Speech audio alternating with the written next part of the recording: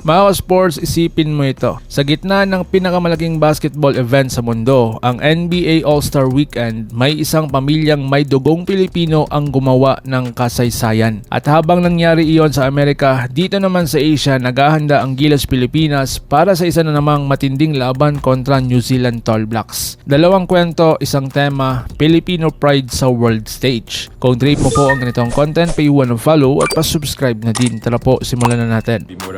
Able to play for the Filipino national team. Mga sports, Harper family, Filipino blood sa NBA All-Star. Noong ginanap ang NBA Shooting Stars Challenge, isang espesyal na pansin ng basketball world. Ang pamilya ni Ron Harper Jr. at Dylan Harper. Kasama ang kanilang ama na si Ron Harper Sr., naging bahagi sila ng makasaysayang event. Hindi lang ito basta participation, ito ang kauna-unahang Filipino-American family na lumahok sa Shooting Stars sa All-Star Weekend. At doon mismo sa global stage, ipinakita nila ang isang bagay na hindi matatawaran. Hindi nila ikinahiya ang kanilang dugong Pilipino. Sa mga interviews, tinanong sila tungkol sa kanilang background at malinaw ang sagot nila. Proud sa kanilang Filipino roots. Para sa milyong-milyong Pilipino sa buong mundo, ang eksenang iyon ay hindi lang basketball highlights. Isa itong simbolo na may Pilipino sa pinakamalaking entablado ng basketball. Hindi man sila nagkampiyon sa event, ang presensya nila ay sapat para gumawa ng history. Sa isang interview, tinanong si Ron Harper Sr. kung papayagan ba niyang maglaro ang kanyang mga anak para sa Pilipinas balang araw. Ang sagot niya, I'm not LeBron James. I'm not gonna tell them what to do. Hindi ito utos, hindi rin ito pagbabawal. Isa itong pahayag na nagbibigay kalayaan sa kanyang mga anak na pumili ng sariling landas. At dito pumasok ang tanong ng maraming Pinoy fans. Makikita ba natin silang nakagilas jersey balang araw? So dito naman tayo sa bagong yugto ng Gilas Pilipinas. Habang ang Harper family ay nagbibigay inspirasyon sa NBA stage, dito na naman sa Asia ay patuloy ang transformation ng Gilas. Sa ilalim ng sistema ni Team Cone, mas nagiging structured at disciplined ang national team. Ang dalawang pangalan ang unti-unting lumilitaw bilang bagong sandigan, si KQ or Kevin Kiambao at Carl Tamayo. Ang pag-angat ng mga player na ito,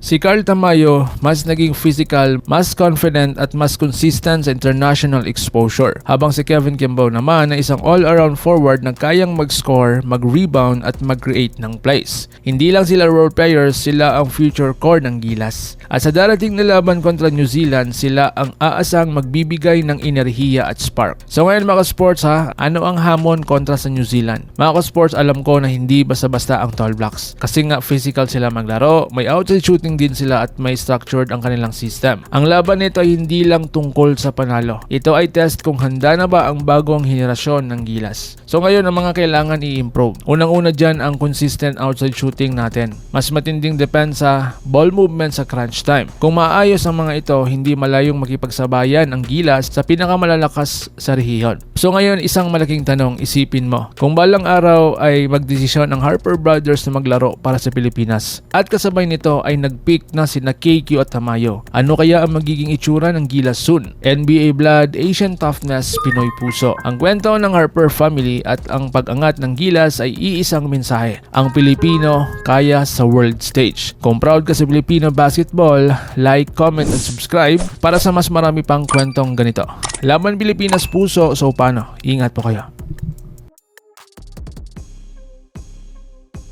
Mga ka-sports, kung hilig ninyong bumili ng mga Gilas jersey, Gilas accessories at mga gamit na pang basketball, habang nanunood po kayo sa aking mga videos, kindly check this basket on this lower part ng ating video at magpa-pop up yung ating mga items sa gilid. Mga legit po yung mga items dyan, and see to it po na makabili po kayo ahead of time kasi meron po yung mga discounts and mga promos depende po sa seller. And also, kunting suporta din as a content creator po. Salamat!